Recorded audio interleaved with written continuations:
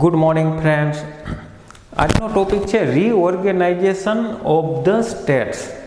રાજ્ય પુનર્ગઠન એટલે કે નવા રાજ્યો બનાવવા.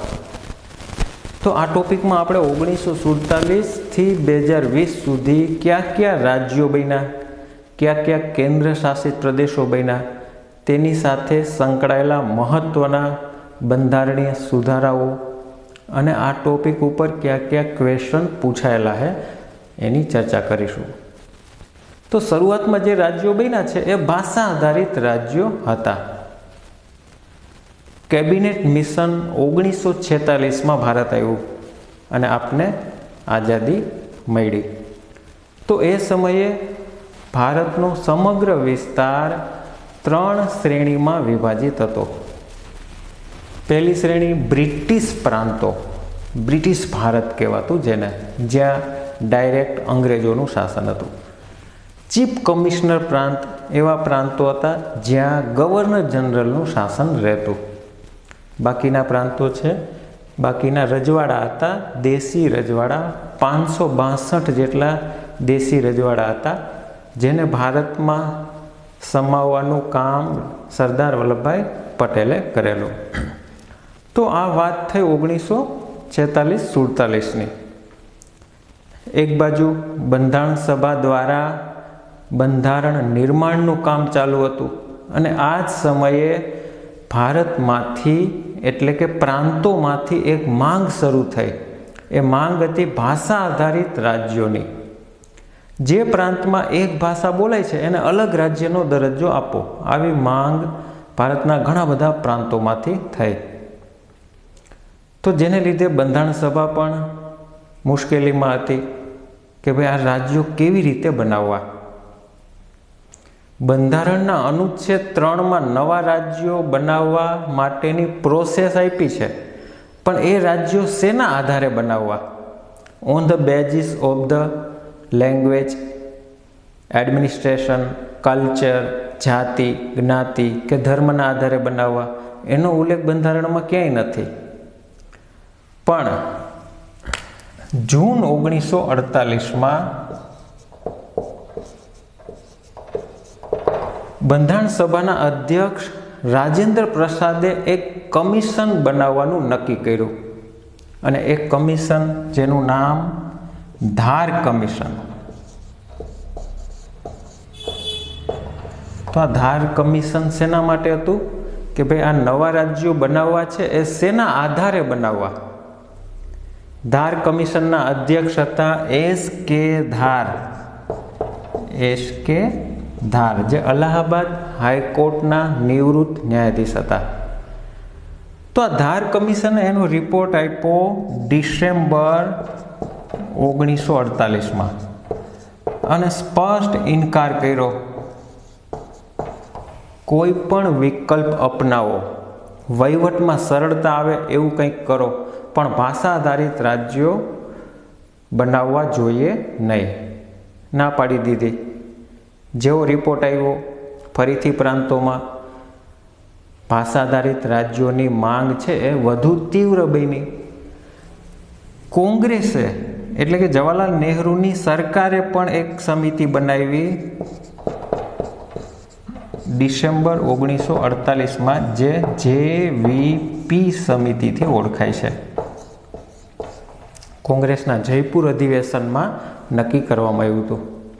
તો JVP સમિતિમાં 3 સભ્યો હતા, જવાહરલાલ નહેરુ, વલ્લભભાઈ પટેલ અને પી એટલે ખાસ યાદ રાખજો પટ્ટાભી સીતારામૈયા કોંગ્રેસના અધ્યક્ષ હતા. JVP સમિતિએ એનો રિપોર્ટ એપ્રિલ 1949માં આપ્યો અને આ JVP સમિતિએ પણ ઇનકાર કર્યો. જવાહરલાલ નહેરુએ સ્પષ્ટ કરી દીધું કે ભાઈ ભાષા આધારિત રાજ્યો 10 વર્ષ સુધી બની શકે એવી સ્થિતિ નથી. તો જેવો આ JVP સમિતિનો રિપોર્ટ આવ્યો ફરીથી પ્રાંતોમાં હિંસક તોફાનો શરૂ થઈ ગયા.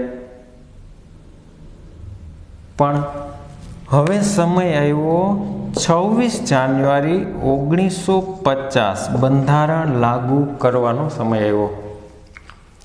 તો 26 જાન્યુઆરી 1950ના રોજ બંધારણ લાગુ જ થયું. પણ હવે આપણા ભારતનો સમગ્ર વિસ્તાર 4 શ્રેણીમાં વિભાજિત થયો, જે તમારા માટે મોસ્ટ ઇમ્પોર્ટન્ટ છે. 26 જાન્યુઆરી 1950 થી 1956 સુધી ભારતનો વિસ્તાર છે એને 4 કેટેગરીમાં વિભાજિત કરેલો: ક, ખ, ગ અને ખ, અથવા ABCD. તો જો ક શ્રેણીમાં કેવા પ્રાંતો હતા? બ્રિટિશ પ્રાંતો. કેવા પ્રાંતો હતા? બ્રિટિશ પ્રાંતો. અને અહીંયા એક ગવર્નર એટલે કે રાજ્યપાલની વ્યવસ્થા હતી દરેક પ્રાંતમાં, ખાસ યાદ રાખજો. ખ શ્રેણીમાં દેશી રજવાડા હતા. શરૂઆતમાં તો ઘણા બધા હતા, પણ પછી ભેગા કરી દેવામાં આવ્યા હતા. મોટા રજવાડા બનાવી દીધા, જેમાં બંધારણીય વડા કોણ હતા? રાજ પ્રમુખથી ઓળખાતા. ખાસ યાદ રાખજો, અહીંયા દેશી રજવાડા. ગ શ્રેણીમાં પણ દેશી રજવાડા હતા, પણ નાના નાના, સાથે ચીફ કમિશનર પ્રાંત પણ હતા. અહીંયા 4 પ્રાંતો હતા. એમાં એક બલુચિસ્તાન છે, એ પાકિસ્તાનમાં વહી ગયું. બાકીના 3 પ્રાંતો આમાં હતા. અને ઘ શ્રેણીમાં એક માત્ર અંડોમાન નિકોબાર. મોસ્ટ ઇમ્પોર્ટન્ટ છે, ખાસ યાદ રાખજો. તો જો 9, 9 અને 10 પ્લસ અંડોમાન નિકોબાર, 28 પ્લસ 1, 29 પ્રાંતો આ રીતે હતા. ખાસ યાદ રાખજો. જો આસામ, બિહાર, બોમ્બેમાં આપણું ગુજરાતે હતું, પણ સૌરાષ્ટ્ર અને કચ્છ સિવાય. ખાસ યાદ રાખજો. મધ્યપ્રદેશ, મદ્રાસ એટલે હાલનું તમિલનાડુ, 1969માં નામ બદલી નાખ્યું. ઉડીસા એનું પણ નામ બદલીને ઓડિશા કર્યું 2011માં. ઓડિશા. પંજાબ, સંયુક્ત પ્રાંત એટલે હાલનું ઉત્તર પ્રદેશ. આ સંયુક્ત પ્રાંત એવો પહેલું રાજ્ય છે જેનું નામ બદલીને નામ બદલવામાં આવ્યું હોય. 1950માં જ નામ બદલ્યું, ઉત્તર પ્રદેશ યાદ રાખજો. પશ્ચિમ બંગાળ, હૈદરાબાદ નિઝામ સ્ટેટ હતું, જેને ઓપરેશન પોલો દ્વારા ભારતમાં ભેળવવામાં આવ્યું હતું. ખાસ યાદ રાખજો. જમ્મુ કાશ્મીર, મધ્ય ભારતમાં 2 રજવાડા હતા, એક ગ્વાલિયર, સિંધિયાઓનું ગ્વાલિયર, અને એક હોલકરનું ઇન્દોર. તો ખાસ યાદ રાખજો. મૈસૂર એટલે હાલનું કર્ણાટક, 1973માં નામ બદલી નાખ્યું. પેપ્સુ એટલે પંજાબ, હિમાચલ પ્રદેશ અને હરિયાણાનો મિશ્રિત વિસ્તાર, જેના ઉપર હમણાં આપણે ચર્ચા કરીશું. રાજસ્થાન, સૌરાષ્ટ્ર મોસ્ટ ઇમ્પોર્ટન્ટ છે. 1948થી 56 સુધી સૌરાષ્ટ્ર અલગ રાજ્ય હતું. સૌરાષ્ટ્રના 222 જેટલા રજવાડા ભેગા કરી અને સૌરાષ્ટ્ર અલગ રાજ્ય બનાવ્યું, જેના રાજ પ્રમુખ હતા જામ સાહેબ, દિગ્વિજયસિંહ જામ સાહેબ. ઉપપ્રમુખ હતા ભાવનગરના કૃષ્ણકુમારસિંહજી. પ્રથમ મુખ્યમંત્રી હતા ઉચ્છંગરાય ઢેબર, પછી રસિકલાલ પરીખ બન્યા. તો સૌરાષ્ટ્ર છે 1948 સુધી યાદ રાખજો. 1948થી 56 સુધી ખ શ્રેણીમાં હતું. ઘણીવાર એક્ઝામમાં પૂછાયેલું છે. સૌરાષ્ટ્ર કઈ સાલમાં અલગ રાજ્ય બન્યું એ પણ પૂછાયેલું છે, ખાસ યાદ રાખજો.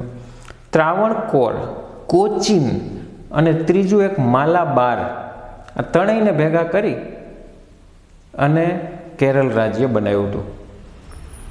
કન્નડ રાજ્ય હતું, કન્નડ જે હાલ કર્ણાટક છે, એનો દક્ષિણ ભાગ લઈ કાસરગોડા નામનો જિલ્લો લઈ અને કર્ણાટક બનાવ્યું, આ કેરળ બનાવ્યું. વિંધ્ય પ્રદેશ 2 રજવાડા હતા, એક બુંદેલખંડ અને એક બધેલખંડ, જે હાલ ઉત્તર પ્રદેશ અને મધ્યપ્રદેશની બોર્ડરે છે.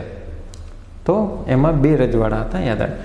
ગ શ્રેણીમાં અજમેર, ભોપાલ પણ રજવાડું હતું. બિલાસપુર હિમાચલ પ્રદેશમાં આવ્યું, આ છત્તીસગઢ વાળું નહીં.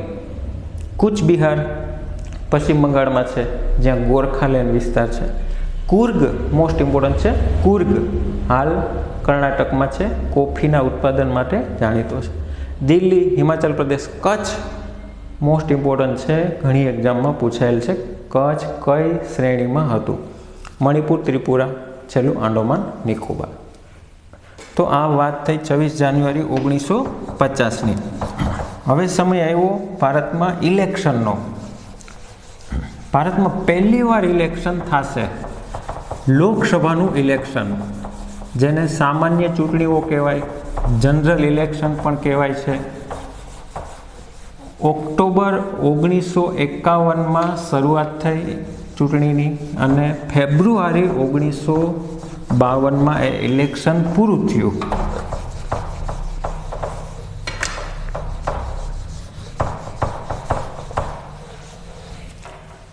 ઓગણીસો 52માં ઇલેક્શન પૂરું થયું. જવાહરલાલ નહેરુ વડાપ્રધાન બન્યા. સાઉથમાં એક મોટું રાજ્ય હતું જે મદ્રાસથી ઓળખાતું. મદ્રાસ રાજ્ય ઘણું બધું મોટું હતું. તમે જાણો છો, હાલમાં જોઈએ તો આ તમિલનાડુ છે, અહીંયા કેરળ છે, અહીંયા આંધ્રપ્રદેશ છે, અહીંયા કર્ણાટક છે. અહીંયા તેલુગુ ભાષા બોલાય છે, અહીંયા તમિલ ભાષા બોલાય છે, અહીંયા મલયાલમ ભાષા બોલાય છે અને અહીંયા કન્નડ. આ હાલની પરિસ્થિતિ મુજબ. પણ જો 1950માં મદ્રાસ ઘણું મોટું રાજ્ય હતું. એક અહીંયા હૈદરાબાદ સ્ટેટ હતું, એને બાદ કરી દો. અહીંયા મૈસૂર રાજ્ય હતું, એને બાદ કરી દો. અને અહીંયા ત્રાવણકોર અને કોચીન 2 રજવાડા હતા. તો જો એ સિવાયનો આખું માલાબાર હતું, એ સિવાયનો આખો પ્રદેશ મદ્રાસ રાજ્યમાં આવતો. કેટલું બધું મોટું રાજ્ય અને ત્યાં કેટલી ભાષા બોલાય છે. જો એક રાજ્ય અનેક ભાષા. તો આવા પ્રાંતોએ માંગ શરૂ કરી કે ભાઈ ભાષા આધારિત રાજ્યો બનાવો, જ્યાં એક ભાષા બોલાય છે એને અલગ રાજ્યનો દરજ્જો આપો. સૌથી ઉગ્ર માંગ તો અહીંયા હતી તેલુગુ ભાષી પ્રાંતમાં. જવાહરલાલ નહેરુ જ્યારે 1951માં ચૂંટણી પ્રચાર માટે અહીંયા આવ્યા તો એની રેલી ઉપર પથ્થરો ફેંકવામાં આવ્યા. આટલી ઉગ્ર માંગ હતી. પણ જવાહરલાલ નહેરુએ નમતું મૂક્યું નહીં કે હું ભાષા આધારિત રાજ્યો તો નહીં જ બનાવું. પણ તેમ છતાં અંતે નમતું મૂકવું પડ્યું જ્યારે 15મી ડિસેમ્બર 1952ના રોજ પોટ્ટુશ્રી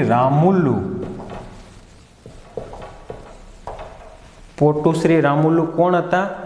તેલુગુ ભાષી નેતા. તેની માંગ શું હતી કે ભાઈ તેલુગુ ભાષી અલગ રાજ્ય બનાવો. કોંગ્રેસના જ નેતા હતા અને એમણે આમરણ ઉપવાસ શરૂ કર્યો કે ભાઈ જ્યાં સુધી તેલુગુ ભાષી પ્રાંતને અલગ રાજ્યનો દરજ્જો નહીં આપવામાં આવે ત્યાં સુધી હું ઉપવાસ કરીશ. લગભગ 56 દિવસ ઉપવાસ કર્યો. 57મા દિવસે એમનું અવસાન થયું. NCERTની બુકમાં 58 દિવસ લખ્યા છે. 58મા દિવસે. તો 57મા દિવસે એમનું અવસાન થયું અને ફરીથી અહીંયા હિંસક તોફાનો શરૂ થઈ ગયા અને ના છૂટકે જવાહરલાલ નહેરુએ તેલુગુ ભાષી રાજ્ય બનાવવું પડ્યું અને એને નામ આપ્યું આંધ્રપ્રદેશ. તો 1 ઓક્ટોબર 1953ના રોજ આંધ્રપ્રદેશ ભારતનું પહેલું રાજ્ય ભાષા આધારિત બન્યું. તો ખાસ યાદ રાખજો. તો આંધ્રપ્રદેશ જ્યારે રાજ્ય બન્યું ત્યારે એનું કેપિટલ હતું કુર્નુલ અને ત્યારે એની હાઈકોર્ટ ક્યાં બેસતી? ગુંટુર. તો ખાસ યાદ રાખજો. તો હવે તેલુગુ ભાષી અલગ રાજ્ય બની ગયું, પણ હવે આ લોકો તો મૂકવાના નથી. મદ્રાસ, મલયાલમ, કન્નડ ભાષી એક રાજ્યને દરજ્જો આપ્યો એટલે હવે બધા પ્રાંતો અથવા બધા રાજ્યો હવે માંગ કરવાના જ છે કોઈ પણ ભોગે. અને નહેરુ સરકારે એને ભાષા આધારિત રાજ્યનો દરજ્જો આપવો પડશે જ.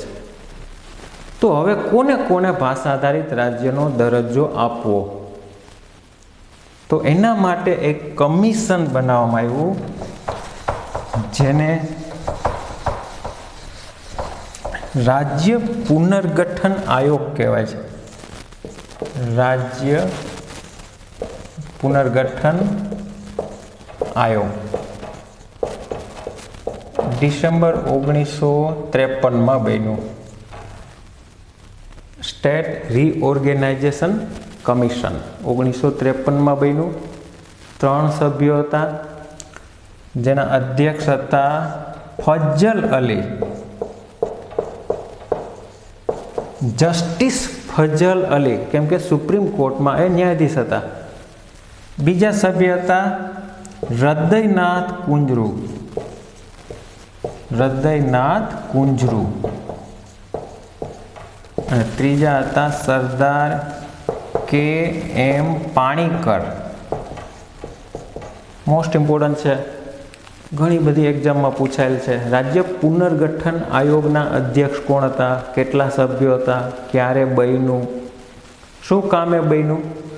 તો કે ભાષા આધારિત રાજ્યો બનાવવા માટે આ પહેલું કમિશન હતું, યાદ રાખજો, આયોગ. ઓકે, તો ડિસેમ્બર 1953 બન્યું હતું. સપ્ટેમ્બર 1955 એને રિપોર્ટ આપ્યો. ત્યારે રિપોર્ટ આપ્યો, અને એ રિપોર્ટમાં એમણે કીધું કે ભાઈ 16 રાજ્યો બનવા જોઈએ, 3 કેન્દ્ર શાસિત પ્રદેશો હોવા જોઈએ. રિપોર્ટમાં એમણે એવું કીધું કે ભાઈ ભાષા આધારિત કેટલા રાજ્યો? 16, અને 3 કેન્દ્ર શાસિત પ્રદેશો હોવા જોઈએ. તો જવાહરલાલ નહેરુની સરકારે આ આયોગના રિપોર્ટને બહુ ઓછા ફેરફારે લાગુ કરી દીધો. હવે એને સંસદમાંથી પાસ કરવો પડશે. પાસ થાય એટલે રાજ્ય પુનર્ગઠન અધિનિયમ બની જાય, કાયદો. અને ક્યારે પાસ થયો? તો એ મોસ્ટ ઇમ્પોર્ટન્ટ છે, 1956ની સાલ યાદ રાખવાની. રાજ્ય પુનર્ગઠન અધિનિયમ 1956. પણ આ ભલામણો લાગુ કરવા માટે બંધારણમાં સુધારો પણ કરવો પડશે, અને એ સુધારો 7મા ક્રમનો હતો. કેટલા ક્રમનો હતો? 7મો સુધારો. મોસ્ટ ઇમ્પોર્ટન્ટ છે, યાદ રાખજો. 7મો સુધારો ક્યારે થયો? 1956. અને આ અધિનિયમ લાગુ થયો 1 નવેમ્બર 1956. 1 નવેમ્બર 1956. તો આ 7મો સુધારો ઘણો બધો લાંબો હતો. ભારતના ઇતિહાસમાં સૌથી લાંબો સુધારો 42મો સુધારો હતો, જે 1976માં ઇન્દિરાની સરકારમાં થયો હતો. ત્યાર પછી આ સુધારો શું હતું એમાં? તો કે આ જે 4 શ્રેણી હતી, ક, ખ, ગ, ઘ, એને સમાપ્ત કરી દીધી. ખાસ યાદ રાખવાનું છે, 1956 સુધી આ 4 શ્રેણીઓ હતી. એની જગ્યાએ 2 શ્રેણી આવી. આખું ભારત છે એને 2 શ્રેણીમાં વિભાજિત કર્યું. એક રાજ્યો અને બીજું કેન્દ્ર શાસિત પ્રદેશ. રાજ્ય અને કેન્દ્ર શાસિત પ્રદેશ, 2 શ્રેણી ભારતમાં ક્યારથી અસ્તિત્વમાં આવી? 1956. રાજ્યો કેટલા? 14 બન્યા, અને 6 કેન્દ્ર શાસિત પ્રદેશો. મોસ્ટ ઇમ્પોર્ટન્ટ છે તમારા માટે. રાજ્ય પુનર્ગઠન અધિનિયમ પસાર થયો તો કેટલા રાજ્યો બન્યા ભાષા આધારિત? તો 14, અને 6 કેન્દ્ર શાસિત પ્રદેશો હતા ત્યારે. ઓકે, પછી જે રાજ પ્રમુખનો હોદ્દો હતો, તમને ખબર હોય તો, આ રાજ પ્રમુખનો હોદ્દો ખતમ કરી નાખ્યો, કેમ કે હવે તો રાજ્યો બની ગયા, અને રાજ્યમાં તો રાજ્યપાલ જ રહેશે. ઓકે, તો રાજ પ્રમુખનો હોદ્દો સમાપ્ત કર્યો. સાથે એક મહત્વનો રાજ્યપાલ છે, એક રાજ્યના રાજ્યપાલને બીજા રાજ્યનો વધારાનો હવાલો સોંપવામાં આવશે. જેમ કે ગુજરાતના રાજ્યપાલ હોય તો એને મધ્યપ્રદેશનો પણ હવાલો સોંપવામાં આવી શકે. આ ફેરફાર પણ 7મા સુધારાથી થયેલો છે, યાદ રાખજો. 2 વાર પૂછેલો ક્વેશ્ચન. અને ભારતને 5 ક્ષેત્રીય પરિષદમાં વિભાજિત કર્યું. ક્ષેત્રીય પરિષદ. ઝોનલ કાઉન્સિલ કહેવાય છે, જેને આખા ભારતને 5 ઝોનમાં વિભાજિત કર્યું. છેલ્લે ઉત્તર પૂર્વના રાજ્યો માટે 9 ઝોન બનાવવામાં આવ્યું હતું. અને નવો પ્રયોગ એ કર્યો કે દ્વિભાષી રાજ્યો બનાવ્યા. દ્વિભાષી રાજ્ય સૌથી જાણીતું મુંબઈ રાજ્ય. આપણે ગુજરાતને અલગ જોતું હતું, એના બદલે મુંબઈ રાજ્યમાં ભેળવી દીધું આપણા ગુજરાતને. તો સાલ યાદ રાખજો, ક્યારે દ્વિભાષી રાજ્ય બન્યું મુંબઈ? તો 1956. અને 1956માં જ આપણે મહા ગુજરાત આંદોલન શરૂ કર્યું. 56 થી 60 4 વર્ષ ચાલ્યું અને અંતે આપણે ગુજરાત અલગ મળ્યું. તો જો આ 7મો સુધારો છે એ મોસ્ટ ઇમ્પોર્ટન્ટ છે. 14 રાજ્યો અને 6 કેન્દ્ર શાસિત પ્રદેશનું મેં લિસ્ટ લખ્યું છે. ઓકે, 14 રાજ્યો. કેન્દ્ર શાસિત પ્રદેશ 6 હતા: આંડોમાન નિકોબાર, દિલ્હી, હિમાચલ પ્રદેશ, મણિપુર, ત્રિપુરા. પણ એક લક્ષદ્વીપ મોસ્ટ ઇમ્પોર્ટન્ટ છે. લક્ષદ્વીપ છે એ પહેલાં મદ્રાસ પાસે હતું, મદ્રાસ રાજ્યમાં આવતું, ખાસ યાદ રાખજો. મદ્રાસ રાજ્યનો વિસ્તાર હતું લક્ષદ્વીપ. 3 મહત્વના ટાપુ: લક્કાદીવ, મિનિકોય, અમીન દેવી. આમ તો 32 થી 34 જેટલા ટાપુ છે લક્ષદ્વીપમાં. આ સૌથી મોટા છે ત્રણેય. પણ એને નામ આપ્યું લક્ષદ્વીપ 1973માં. ખાસ યાદ રાખજો. ત્રણેય ટાપુને ભેગા કરી અને લક્ષદ્વીપ નામ આપ્યું. અરબ સાગરમાં આવેલો છે આ લક્ષદ્વીપ પ્રદેશ. તો આ વાત થઈ 1956ની. હવે આપણે ક્રમમાં રાજ્યો જોઈએ, ક્યાં નવા રાજ્યો બન્યા. 14 રાજ્યો બની ગયા. 15મું રાજ્ય ગુજરાત બનશે. મુંબઈ રાજ્ય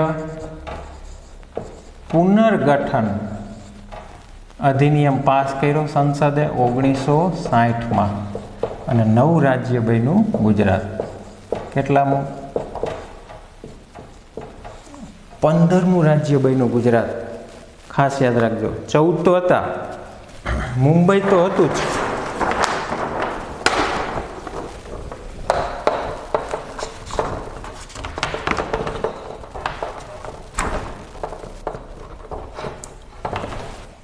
મુંબઈ તો હતું જ, ગુજરાત અલગ થયું.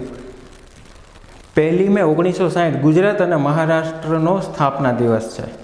ઓકે, તો 15મું રાજ્ય ગુજરાત યાદ રાખજો. હવે કેન્દ્ર શાસિત પ્રદેશો કે જે વિદેશી પ્રજા પાસે છે, હવે એને આપણે મેળવવાના છે.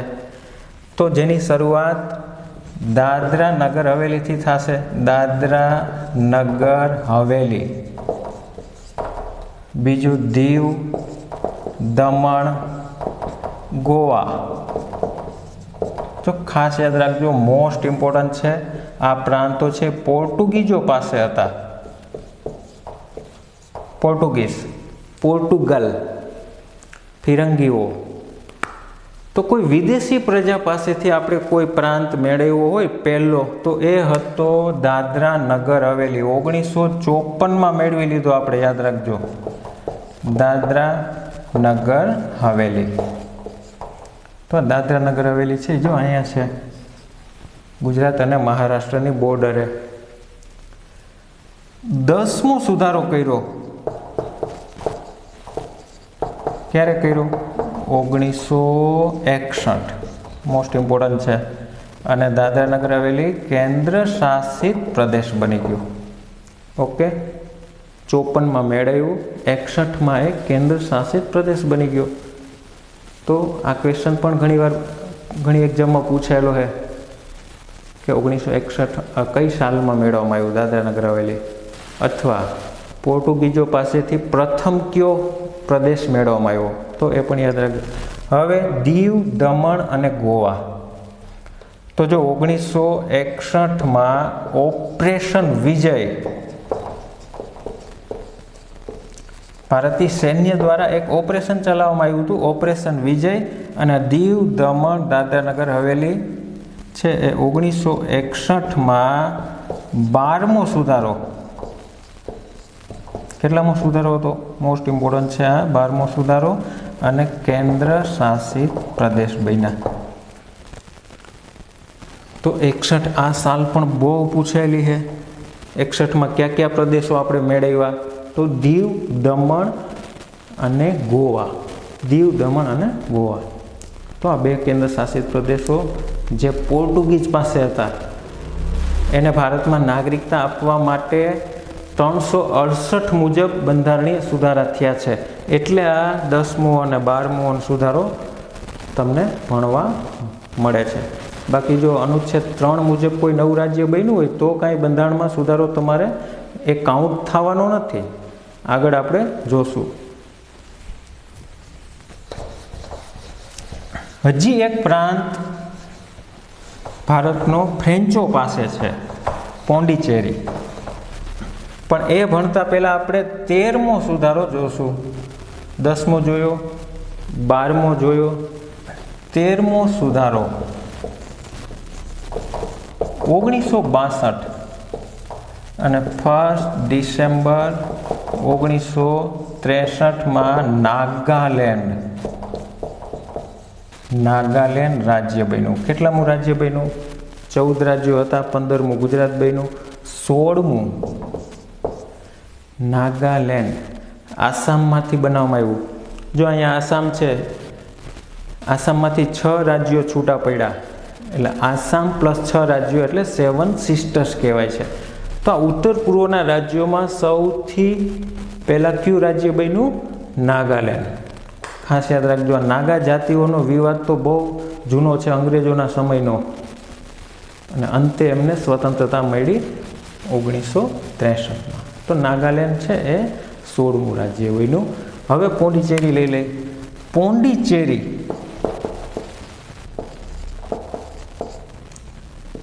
કારીકલ, યાનમ, માહે અને ચંદ્રનગર, આટલા પ્રાંતો મોસ્ટ ઇમ્પોર્ટન્ટ છે, યાદ રાખજો. બહુ આના ઉપર ક્વેશ્ચન પૂછાયેલા. કોની પાસે હતા? ફ્રેન્ચો પાસે. ફ્રેન્ચોનું શાસન હતું અહીંયા.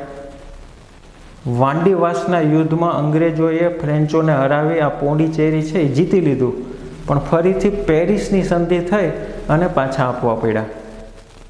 તો આ પ્રાંતો 1954માં મુક્ત કરવામાં આવ્યા ભારત દ્વારા.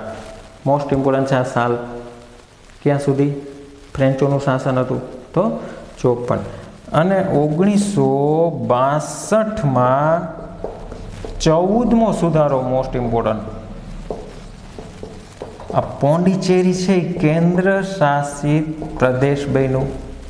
પોંડિચેરી કેન્દ્ર શાસિત પ્રદેશ 239 એ અનુચ્છેદ ઉમેરવામાં આવ્યો. અને પોંડિચેરી છે ત્યાં વિધાન મંડળની સ્થાપના કરવામાં આવી, એટલે કે વિધાનસભા. તો 1963થી પોંડિચેરીમાં મુખ્યમંત્રી પણ હોય છે, યાદ રાખજો. જેમ કે હાલમાં નારાયણસામી પોંડિચેરીના મુખ્યમંત્રી છે. વિધાનસભામાં 30 સીટો છે, સૌથી ઓછી ભારતમાં. કિરણ બેદી અત્યારે ઉપરાજ્યપાલ છે. તો ખાસ યાદ રાખજો, પોંડિચેરી એવો વિસ્તાર છે કે જેનો, એવો કેન્દ્ર શાસિત પ્રદેશ છે કે જેનો વિસ્તાર છે 3 રાજ્યોમાં છે. જો એક અહીંયા છે, એક અહીંયા છે કારીકલ, એક અહીંયા માહે છે, અને એક અહીંયા યાનમ છે. એક કેન્દ્ર શાસિત પ્રદેશ 3 રાજ્યોમાં છે. તો ખાસ યાદ રાખજો.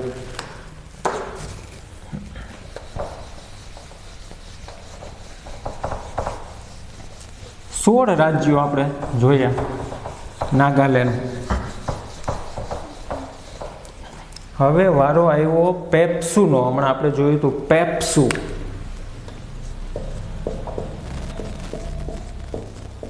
પેપ્સુનું પૂરું નામ લખી નાખજો. The Patiala and East Punjab states union. આ પેપ્સુ પ્રાંત એવો પ્રાંત છે જ્યાં પહેલીવાર અનુચ્છેદ 356નો પ્રયોગ કરવામાં આવ્યો, રાષ્ટ્રપતિ શાસન લાગુ કરવામાં આવ્યું. તો પેપ્સુમાં પણ જબરજસ્ત આંદોલન શરૂ થયા હતા અને એનું વિભાજન થયું પંજાબનું વિભાજન થયું 1966માં અને નવું રાજ્ય બન્યું હરિયાણા. 17મું રાજ્ય બન્યું ને. ગુજરાત 15મું, નાગાલેન્ડ 16મું અને હરિયાણા 17. હરિયાણા છે હિન્દી ભાષી, પંજાબમાં પંજાબી ભાષી પ્રજા, હરિયાણામાં હિન્દી ભાષી, દ્વિભાષી રાજ્ય હતું આ પણ. તો 66ની સાલ પૂછાયેલી છે અગાઉની એક્ઝામમાં, તમે પેપર જોશો તો. ત્યાર પછી ફરીથી પંજાબમાંથી 1971માં હિમાચલ પ્રદેશ બન્યું. હિમાચલ પ્રદેશ જો મેપ ઉપર યાદ રાખશો તો સરળતાથી રહી જશે. જો અહીંયા હિમાચલ પ્રદેશ, અહીંયા હરિયાણા, આ રીતે એરો મારશો તો યાદ રહી જશે. તો ખાસ યાદ રાખજો. કેટલામું રાજ્ય બન્યું? 18મું રાજ્ય. બંનેની સાલ પૂછાયેલી છે. ઓકે. તો હવે 1972માં ઇન્દિરાની સરકાર હતી. નોર્થ ઈસ્ટ ફરીથી આસામનું વિભાજન કર્યું, 3 રાજ્યો બનાવ્યા, બિલ પાસ કર્યું. North East reorganisation act pass કર્યો 1971માં. પણ રાજ્યો બન્યા ક્યારે? 1972, 21 જાન્યુઆરીએ આ રાજ્યો એનો સ્થાપના દિવસ ઉજવે છે. 1972માં મણિપુર, ત્રિપુરા અને મેઘાલય. 1972માં 3 રાજ્યો બન્યા. સાલ યાદ રહે તો રાખજો, પણ બાકીના રાજ્યો યાદ રાખી લેશો તો આ ઓટોમેટિક યાદ રહી જશે. ઓકે. તો 72માં ઇન્દિરાની સરકાર હતી, યાદ રાખજો.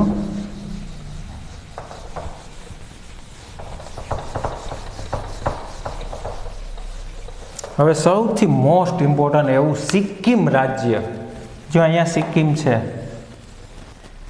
પશ્ચિમે નેપાળ, પૂર્વે ભૂટાન, ઉત્તરે ચીન, 3 દેશોની સરહદ લાગે છે. નીચે એકમાત્ર રાજ્યની સરહદ છે પશ્ચિમ બંગાળ. સિક્કિમ ભારતનો પ્રાંત નહોતો, યાદ રાખજો. 1975 સુધી સિક્કિમ ભારતનો પ્રાંત નહોતો.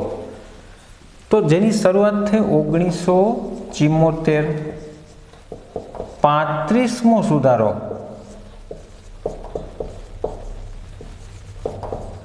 સિક્કિમને મિત્ર રાજ્ય બનાવ્યું. સહરાજ્ય, ક્યાંક સંબંધ રાજ્ય શબ્દ વપરાય છે, સંબંધ રાજ્ય અથવા મિત્ર રાજ્ય. ઇંગ્લિશ શબ્દ છે એસોસિએટ સ્ટેટ. 1947માં ભારતને જ્યારે આઝાદી મળી, 1947થી ભારત સરકાર છે એ સિક્કિમની સુરક્ષાનું ધ્યાન રાખતી. સુરક્ષાની જવાબદારી ભારતે સંભાળેલી સિક્કિમની. અને ત્યાં ચોગ્યાલ રાજાઓનું શાસન હતું. આ મોસ્ટ ઇમ્પોર્ટન્ટ છે. ચોગ્યાલ રાજાઓનું શાસન હતું 1947થી 1974 સુધી. અને પછી આ ચોગ્યાલ રાજાઓએ ભારતમાં ભળવાની ઈચ્છા બતાવી. 1974માં 35માં સુધારાથી અનુચ્છેદ 2A ઉમેરવામાં આવ્યો, જેને લીધે એને મિત્ર રાજ્યનો દરજ્જો મળ્યો. મિત્ર રાજ્યનો મતલબ ભારત છે એની સુરક્ષાની જવાબદારી લેશે, પણ આંતરિક બાબતમાં ભારત દખલગીરી નહીં કરે. ઓકે. તો ખાસ યાદ રાખજો. આ ચોગ્યાલ રાજાઓનું શાસનનો અંત આવ્યો 1975માં. 36મો સુધારો કરવામાં આવ્યો. કેટલામો? કઈ સાલમાં? 1975માં. અને સિક્કિમ છે સંપૂર્ણ રાજ્ય બન્યું. આ 2A છે એને ખતમ કરી નાખવામાં આવી અને એની જગ્યાએ અનુચ્છેદ 371F ઉમેરવામાં આવી. 371, જેમ 370માં જમ્મુ કાશ્મીરને વિશેષ રાજ્યનો દરજ્જો મળેલો ને, પણ હવે કોઈને વિશેષ રાજ્યનો દરજ્જો મળેલો નથી. 371માં 12 એવા રાજ્યો છે કે જેને કંઈક વિશેષ પ્રાવધાન આપ્યા છે, વિશેષ જોગવાઈ આપવામાં આવી છે. ઉત્તર પૂર્વના 4-5 રાજ્યો છે, ગુજરાત, મહારાષ્ટ્ર, આંધ્રપ્રદેશ, તેલંગાણા, ગોવા, સિક્કિમ. તો યાદ રાખજો 12 રાજ્યો એવા છે જેને વિશેષ જોગવાઈ આપવામાં આવી છે, અનુચ્છેદ 371F. તો જો આ 36મો સુધારો PSIની એક્ઝામમાં પૂછાયેલો, યાદ રાખજો. આ સાલ તો બહુ જ પૂછાયેલી છે, મોસ્ટ ઇમ્પોર્ટન્ટ છે તમારા માટે. 1975માં કયું નવું રાજ્ય બન્યું? સિક્કિમનું ભૌગોલિક સ્થાન પણ એવું છે જેના ઉપર ઘણા ક્વેશ્ચનો પૂછાયેલા છે. કેટલા દેશોની સરહદ લાગે છે, કેટલા રાજ્યોની સરહદ છે સિક્કિમ સાથે? તો એકમાત્ર પશ્ચિમ બંગાળ. સિક્કિમ ભારતનું પહેલું નિર્મળ રાજ્ય, ભારતનું પ્રથમ ઓર્ગેનિક સ્ટેટ બન્યું, ઓર્ગેનિક ફ્રી ઓર્ગેનિક સ્ટેટ બન્યું, જૈવિક ખેતી અપનાવેલ એવું પ્રથમ રાજ્ય ભારતનું. ઓકે, તો સિક્કિમ મોસ્ટ ઇમ્પોર્ટન્ટ છે. પવનકુમાર ચામલિંગ ત્યાં સૌથી લાંબો સમય મુખ્યમંત્રી હતા ને ભારતમાં, સૌથી લાંબો ટાઈમ મુખ્યમંત્રી રહેવાનો રેકોર્ડ પણ પવનકુમાર ચામલિંગના નામે છે. તો 75ની સાલ મોસ્ટ ઇમ્પોર્ટન્ટ છે. હવે 1987 3 રાજ્યો બન્યા. 53મો સુધારો કર્યો બંધારણમાં, 55મો અને 56મો સુધારો. પહેલું મિઝોરમ, પછી અરુણાચલ પ્રદેશ અને છેલ્લે ગોવા. ગોવા મોસ્ટ ઇમ્પોર્ટન્ટ છે. 56મો સુધારો થયો, પૂછાયેલું છે સાલ 87. ગોવા છે 61માં આપણે પોર્ટુગીઝો પાસે મેળવી લીધું. ત્યાં સુધી એક કેન્દ્ર શાસિત પ્રદેશ હતો, પણ હવે એ પૂર્ણ રાજ્ય બની ગયું છે. ગોવા યાદ રાખજો. પણજી એની રાજધાની છે, કોંકણી એની ભાષા છે. અરુણાચલ પ્રદેશ મોસ્ટ ઇમ્પોર્ટન્ટ છે. 1972માં અરુણાચલ પ્રદેશ છે એ કેન્દ્ર શાસિત પ્રદેશ બનાવેલું. 1972 સુધી, 72માં અરુણાચલ પ્રદેશ કેન્દ્ર શાસિત પ્રદેશ હતું. ત્યારે એ નેફાથી ઓળખાતું. નેફા ફૂલ ફોર્મ યાદ રાખવાનું છે, north east frontier agency. Okay, તો એક ગોવાનો સુધારો યાદ રાખજો 56મો. ઓકે,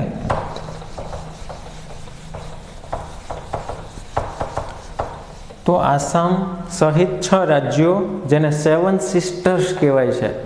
7 સિસ્ટર્સ: અરુણાચલ પ્રદેશ, નાગાલેન્ડ, મણિપુર, મિઝોરમ, મેઘાલય, ત્રિપુરા અને આસામ. સિક્કિમ છે એ 7 સિસ્ટર્સનો બ્રધર છે, સિક્કિમ યાદ રાખજો. તો આ 7 સિસ્ટર્સ પ્લસ સિક્કિમ ઉત્તર પૂર્વના રાજ્યો કહેવાય. નોર્થ ઇસ્ટ એને કહેવાય છે, યાદ રાખજો. તો 87માં 3 રાજ્યો બનાવ્યા આપણે જોયા. હવે 2000ની સાલ અટલ બિહારી વાજપેયી વડાપ્રધાન બન્યા. 1 નવેમ્બર, 9 નવેમ્બર અને 15 નવેમ્બર 2000. કઈ સાલ? 3 નવા રાજ્યો બન્યા. મોસ્ટ ઇમ્પોર્ટન્ટ છે, બહુ પૂછાયેલા છે. પહેલું MP-માંથી છત્તીસગઢ. MP-માંથી છત્તીસગઢ મેપ ઉપર તમે એરો મારજો. બીજું રાજ્ય હતું UP-માંથી ઉત્તરાખંડ. ઉત્તરાંચલ નામ હતું, 2006માં નામ બદલી નાખ્યું, ઉત્તરાખંડ કરી નાખ્યું, યાદ રાખજો. જો અહીંયાથી આ રાજ્ય બન્યું, એરો મારજો. ત્રીજું બિહારમાંથી ઝારખંડ. બિહારમાંથી ઝારખંડ, અહીંયા એરો મારજો ખાસ. તો 3 રાજ્યો 2000ની સાલમાં બન્યા. વડાપ્રધાન કોણ હતા? અટલ બિહારી વાજપેયી. 1998થી 2004 સુધી વડાપ્રધાન હતા.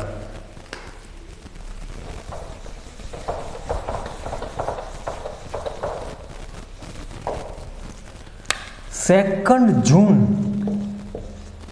2014 નવું રાજ્ય બન્યું, આંધ્રપ્રદેશ માંથી તેલંગાણા. જો અહીંયા તમારે કોઈ સુધારો યાદ રાખવાનો નથી કેમ કે 368 મુજબ આ નવા રાજ્ય નથી બન્યા. અનુચ્છેદ 3 મુજબ કોઈ નવા રાજ્ય બને તો એમાં કોઈ બિલને કાઉન્ટ કરવામાં ના આવે, સુધારો કાઉન્ટ ના થાય. ઉપરના 3 રાજ્યોમાં આપણે જોયો નથી કે સુધારો. ઓકે, જો 368 મુજબ બંધારણમાં ફેરફાર થાય તો એ 2/3 બહુમતીથી ફેરફાર થાય, એટલા માટે ત્યાં સુધારો કાઉન્ટ થશે, અહીંયા કાઉન્ટ નહીં થાય. તો આ ભારતનું 29મું રાજ્ય હતું, યાદ રાખજો.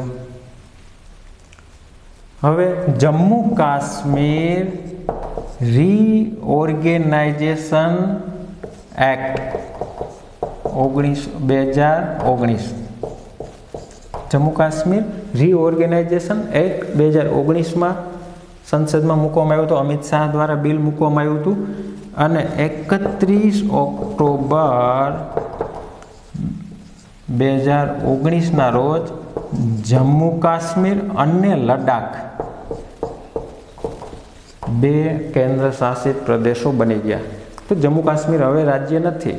ટોટલ 29 રાજ્યો હતા, એમાં એક ઘટી ગયું, 28 રાજ્યો અને 8 કેન્દ્ર શાસિત પ્રદેશ છે. મોસ્ટ ઇમ્પોર્ટન્ટ છે, યાદ રાખજો. જમ્મુ કાશ્મીર અને લદ્દાખ. લદ્દાખનું કેપિટલ લેહ. તો ખાસ યાદ રાખજો, કારગિલ અને લેહ 2 જ જિલ્લા છે.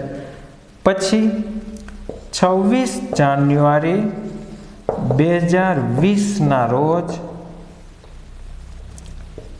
પહેલા દીવ અને દમણ અલગ કેન્દ્ર શાસિત પ્રદેશ હતા. દીવ આપણા ગુજરાત સૌરાષ્ટ્રમાં છે, ગીર સોમનાથ જિલ્લામાં. દમણ વલસાડ જિલ્લામાં છે. દીવ દમણ 2 અલગ કેન્દ્ર શાસિત પ્રદેશ હતા અને એક બીજો દાદરા નગર હવેલી. દાદરા નગર હવેલી. તો જો આ બંને અલગ હતા એને એક કરી નાખ્યા. પહેલા ટોટલ 7 કેન્દ્ર શાસિત પ્રદેશ હતા, 2 ઉમેરાણા, જમ્મુ કાશ્મીર અને લદ્દાખ 9 થયા. હવે એમાં એક ઘટી ગયો તો કેટલા થયા? 8. તો આ તારીખ યાદ રાખવાની છે. 26 જાન્યુઆરી 2020થી એનો અમલ થયો અને આ તારીખ ખાસ યાદ રાખવાની છે. 31 ઓક્ટોબર રાષ્ટ્રીય એકતા દિવસ, સરદાર વલ્લભભાઈ પટેલનો જન્મદિવસ છે અને એ દિવસે જ આ જમ્મુ કાશ્મીર અને લદ્દાખનો અમલ થયો.